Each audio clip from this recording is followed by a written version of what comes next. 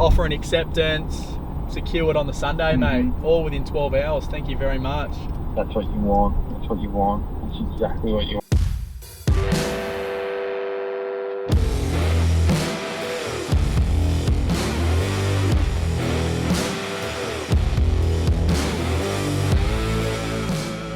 Good start to the week.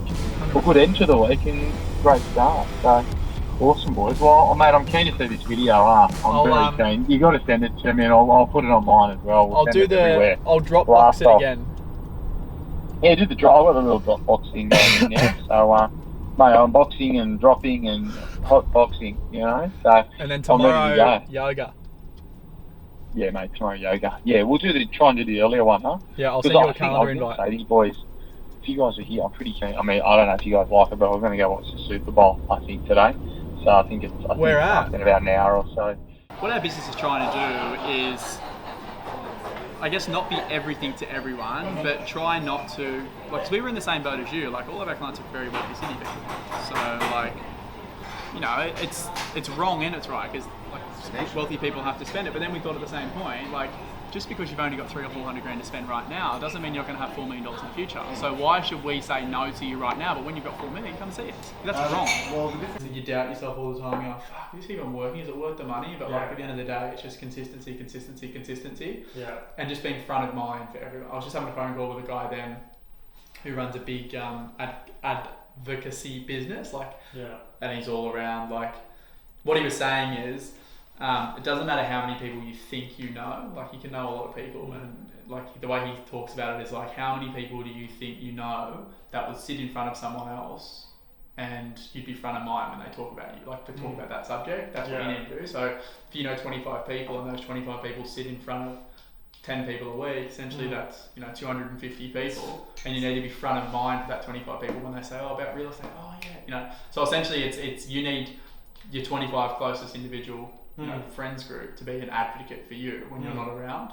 I want to do, and what we spoke about is like, let's start doing some seminars up here aimed specifically at these people, because they're on high incomes, they've got a lot of disposable income, they've got no idea what to do. I just realised you can do other stuff in your spare time that actually makes you money as well. Like, exactly right. That money could be going towards another loan. Well, that's one of our propositions. It's like, look, you're a lawyer or you're whatever you do as your profession, and you make X amount yearly or annually or per hour, you stick at doing that and enjoy your spare time. Yeah. And let us worry about the property side of things.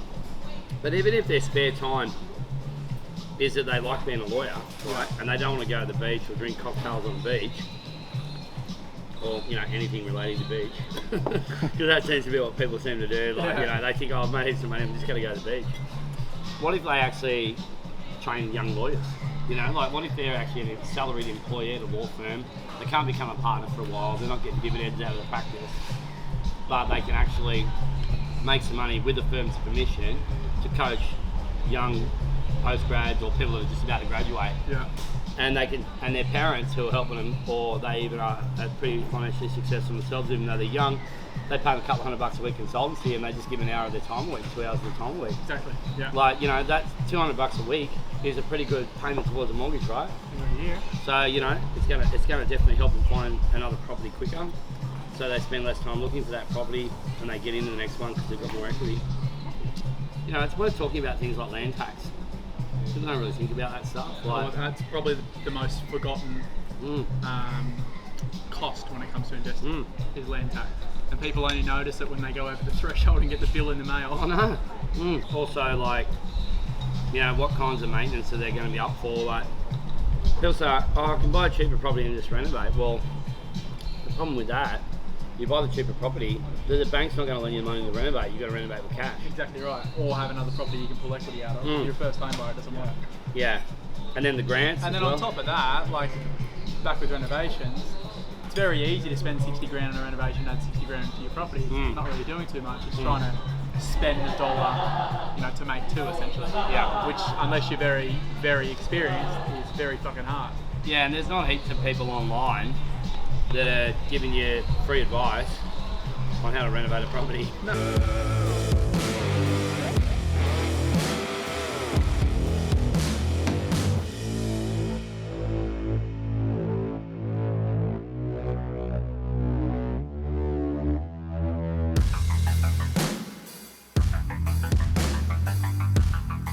reckon I should have this done up like that or loose, cuz?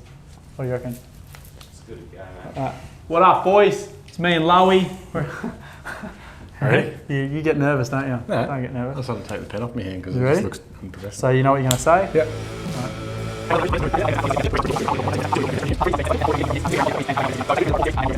Hey. Oh.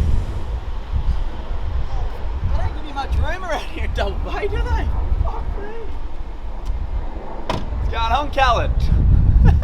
We the best. So where am I going to look? We're not looking at the camera, eh? We're going to look at you. Is that right? You were just talking to each other, really. So what the fuck are you doing with that thing? That's how we Bro, this is so funny. You've done like this full professional setup and then we're filming on that. No, that's filming too, but that's so we can cut between the two and it makes it look. We ready? Don't say you're ready if you're not, 'cause that's what happened with the podcast.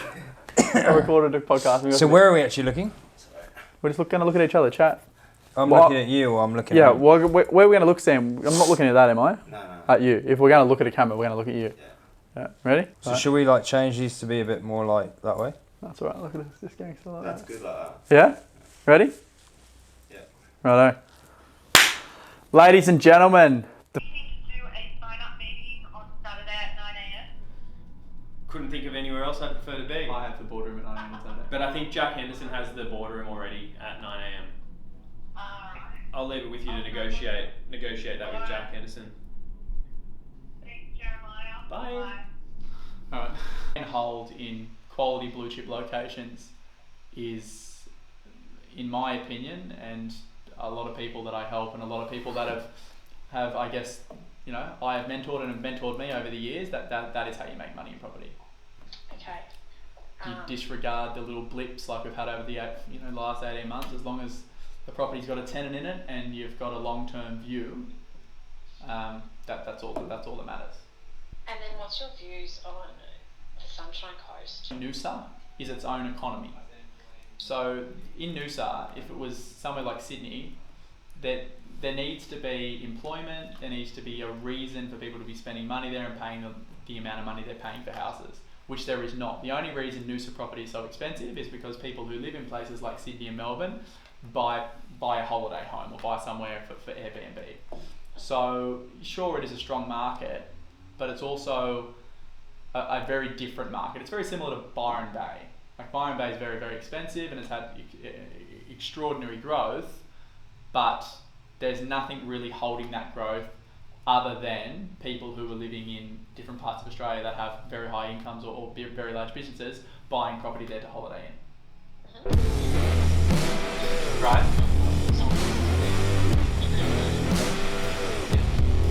Okay.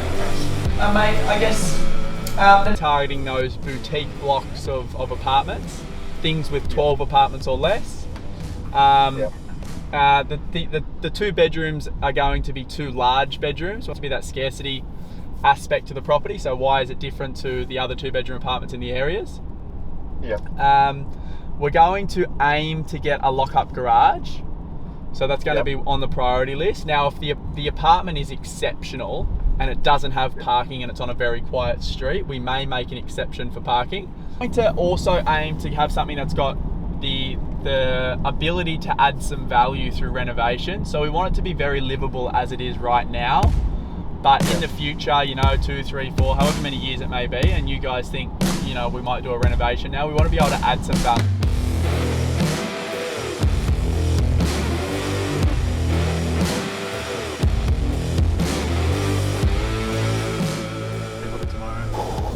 Yeah, okay. Oh, very good, very good. Yeah, contract signed. The other partner is interstate at the moment, so he signed yesterday. Let's go on exchange on a beautiful Bondi Beach apartment. As always, I've got my bush juice handy.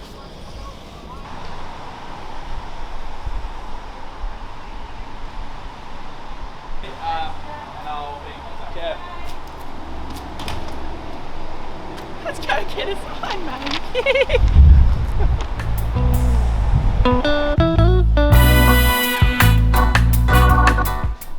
Everywhere is Okay, online.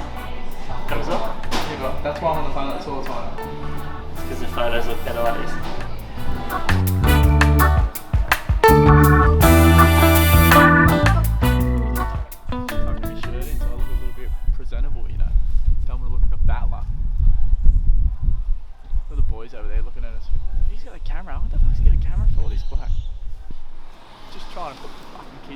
cool, mate. Food on the table. It's a jungle out there, brother. It's a jungle. Got a deal 1 minute, falls over the next. Yeah, big bills. Drive a Merc that you can't afford.